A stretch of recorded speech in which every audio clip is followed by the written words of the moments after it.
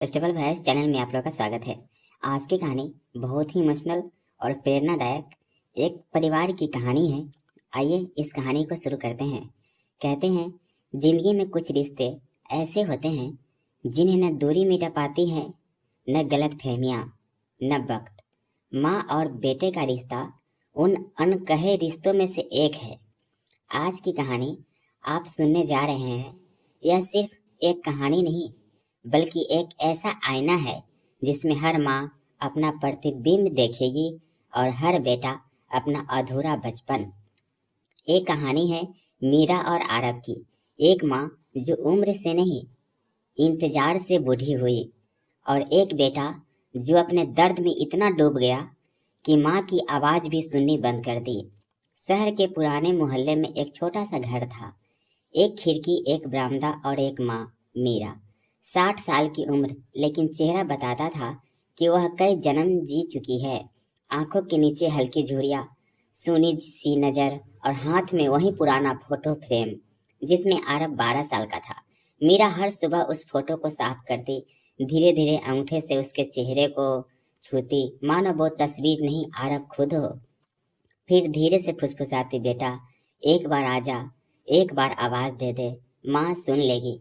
घर में खामोशी इतनी गहरी थी कि उसके अपने दिल की धड़कन भी उसे अकेली लगता था। आरव बचपन से ही बहुत समझदार था। पिता जल्दी गुजर गए थे, तभी से मीरा ने उसे अकेले पाला।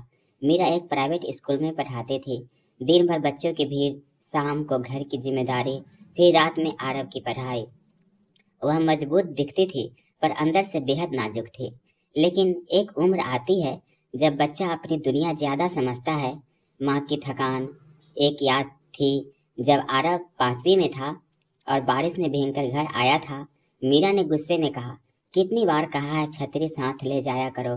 लेकिन जब आरव कमरे में गया, मीरा ने दबे पांव जाकर उसके कपड़े बदले, उसके बाल सुखाए, गरम सूप बनाया और रात भर उसके पास बैठी रही। माँ का प्यार हमेशा डांट की परतों में छुपा होता है। वक्त बीतता गया, आरव बड़ा हुआ, कॉलेज गया, जॉब लगी, सब ठीक चल रहा था जब तक वह एक गलतफहमी का शिकार नहीं हुआ। उस दिन मीरा ने सिर्फ इतना कहा था, आरव इतना काम मत किया कर, थक जाता होगा, कभी अपने मन की भी तो सुन लिया कर। पर आरव को सुनाई नहीं दिया। तू ठीक से काम नहीं करता, तू मेरे उम्मीद के लायक नहीं। गुस्सा, काम का दबाव, दिमाग में तूफान और आरव चिल्ला पड़ा, आप हमेशा मुझे कम समझती है, कभी किसी बात में खुश नहीं होती।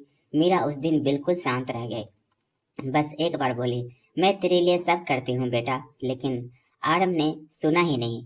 वह उसी शाम घर छोड़ गया। मीरा दरवाजे के पास खड़ी रही, आंखों में एक प्रश्न था, क्या माँ होना इतना बड़ा अपराध है? उस रात उसने खाना नहीं खाया। उसे लगा शायद वह सच में गलत है, शायद वह बहुत बोलती है, शायद उसने आरव को खुश नहीं रखा। और फिर वह इंतजार का सफर शुरू हुआ। दिन, हफ्ता, महीने, आरव का कोई फोन नहीं, कोई मैसेज नहीं, कोई खबर नहीं। आरव मुंबई में एक बड़ी कंपनी में काम करता था। जॉब अच्छी थी, तनख्वाह बढ़िया, दोस्त, पार्टी, लाइफ स्टाइल, पर एक खालीपन हमेशा उसके आसपास मंडराता। रात को जब वह अकेला होता तो माँ की याद उसे अंदर से तोड़ देती। बहुत बार फोन उठाया पर कॉल नहीं किया। उसे डर था, अगर माँ ने मुझे डांट दिया तो, अगर माँ ने कहा कि अब मत आओ। वह कंपनी ही वह अपनी ही कल्पनाओं में लड़ता रहा। हर दिन, हर रात। एक दिन मीरा को चक्कर आया। पड़ोस की सरिता और उसके पति दौड़ कर आए। उसे अस्पताल ले जाया गया। डॉक्टर की आवाज़ गंभीर थी, इनका दिल कमज़ोर हो रहा है, तनाव कम कीजिए, नहीं तो हालात बिगड़ सकती है। तनाव? मीरा किसे बताती कि उसका तनाव उसका बेटा ही था। रात में घर लौटकर वह दीवार से टिक कर रो पड़ी। मीरा ने चिट्ठियाँ लिखनी शुरू कर दी, रोज एक चिट्ठी, कभी 2-3 भी। चिट्ठी नंबर 1, आरव तुम कैसे हो, खाना ठीक से खाता है ना? चिट्ठी नंबर 18, मैं ठीक हूँ बेटा, आज तेरा पसंदीदा पुलाव बनाया था, अकेले खाने का मन नहीं किया। चिट्ठी नंबर 46, अगर मैंने तुझे कभी दुख दिया है तो मुझे माफ़ कर देना। मीरा की चिट्ठियाँ प्यार से नहीं, आंसुओं की लिखी जाती थी।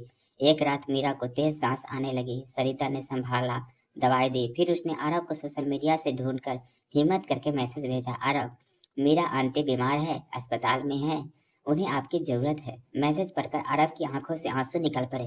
वह उसी वक्त निकला, पहले कैब, फिर ट्रेन, फिर बस। दिल की धड़कनें तेज। माँ को कुछ हुआ तो मैंने इतना समय क्यों बर्बाद किया? अगर वह मुझे देखे बिना चली गई तो? हर स्टेशन, हर मोड़ पर उसे अपना बचपन याद आता गया। मीरा बेड पर लेटी थी, आंखें बंद, ऑक्सीजन लगी थी। आरव धीरे से उसके पास बैठा, उसका हाथ पकड़ा, कहने लगा, माँ, मैं आ गया हूँ, आंखें खोलो प्लीज, मैं तुम्हें छोड़कर कहीं नहीं जाऊंगा। मीरा की आंखें धीरे से खुली, उसने बेटे को देखा, मुस्कुराई और हल्की आवाज में बोली, मेरा बच्चा आ गया है। इस वाक्य ने इतने सालों का दर्द धुल दिया। कुछ देर चुप्पी रही, फिर मीरा ने कहा, बेटा नाराज था पर तू आया, मेरी जिंदगी लौट आई। माँ, मैंने गलत समझा, मैंने आपसे मुंह मोड़ लिया, माफ कर दो। मीरा ने हाथ उसके सिर पर रखा, तू मेरे लिए भगवान की कृपा है। माँ अपने बच्चों से नाराज नहीं होती, बस इंतजार करती है। मीरा ने सरिता को इशारा किया। सरिता पर्स से चिट्ठिया को ढेर निकाल लाई। आरव ने एक एक चिट्ठी खोली, हर चिट्ठी में बस एक ही बात, प्यार, इंतजार, तड़प, चिंता। कई पन्ने आंसुओं से धुंधले थे। आरव फुट फुट कर रोया, माँ, ये सब मैंने आपको झेलने दिया, मैं कितना बुरा था। नहीं बेटा, तू बस परेशान था, बच्चे गलत नहीं होते, हालात गलत होते हैं। एक हफ्ते बाद मीरा को घर भेज दिया गया। आरव ने जॉब से छुट्टी ली। पहली बार माँ किचन में चाय न बना रही थी, आरव बना रहा था। मीरा सोफे पर बैठी उसे देख रही थी, जैसे वह उसका बचपन फिर से जी रही हो। एक रात आरव माँ के पैरों में बैठ गया। उसने कहा, माँ, मैं आपकी सारी चिट्ठियाँ संभाल कर रखूंगा और वादा करता हूँ अब आपको एक पल भी अकेला नहीं छोड़ूंगा। मीरा ने उसका चेहरा पकड़कर कहा, तू बस खुश रह, माँ को और कुछ नहीं चाहिए। समय शांति से बीतने लगा। आरव ने उसी शहर में नौकरी ले ली। हर दिन मीरा को दवा देता, शाम को टहलाने ले जाता। मीरा की आंखों में अब चमक लौट आई थी। वह हंसती थी, बातें करती थी और हर बार भगवान से कहती, धन्यवाद, मेरे बच्चे को वापस दे दिया। एक शाम मीरा खिड़की के पास बैठी थी, आरव उसके बगल में। मीरा ने कहा, अगर एक दिन मैं ना रहूं तो मेरी चिट्ठियां कभी मत फेंकना, वो मेरा प्यार है बेटा। आरव ने तुरंत कहा, आप कहीं नहीं जाएंगी, मैं आपको हमेशा संभालूंगा। मीरा ने मुस्कुराकर कहा, माँ एक दिन चली जाती है बेटा, लेकिन उसका प्यार नहीं जाता। आरव की आंखें भर आई। कुछ महीने बाद मीरा बिल्कुल ठीक हो गई। घर में फिर से रोशनी आ गई, हंसी लौट आई। माँ बेटे का रिश्ता अब पहले से 100 गुना मजबूत हो गया। शाम का वही बरामदा, वही खिड़की, पर अब मीरा अकेली नहीं थी, आरव उसके साथ बैठा था। दोनों चाय पी रहे थे, दोनों मुस्कुरा रहे थे और मीरा बोल रही थी, अब कोई डर नहीं है, मेरा बच्चा मेरे पास है। आरव ने धीरे से माँ का हाथ थामा, और मैं हमेशा रहूंगा माँ। सूरज ढल रहा था, पर उसके दिल में एक नई सुबह उग चुकी थी। कभी कभी एक फोन कॉल, एक मुलाकात, एक कदम सालों का दर्द मिटा देता है। रिश्ते टूटते नहीं, केवल इंतजार करते हैं सही समय का, सही शब्द का, सही गले लगने का। और याद रखिए, माँ की चिट्ठियाँ कभी ख़त्म नहीं होती। कैसी लगी है कहानी, कमेंट करके ज़रूर बताएं। और आप इस चैनल पे नए हैं तो ये पैसे लाइक शेयर और सब्सक्राइब कर लीजिए। Thank you.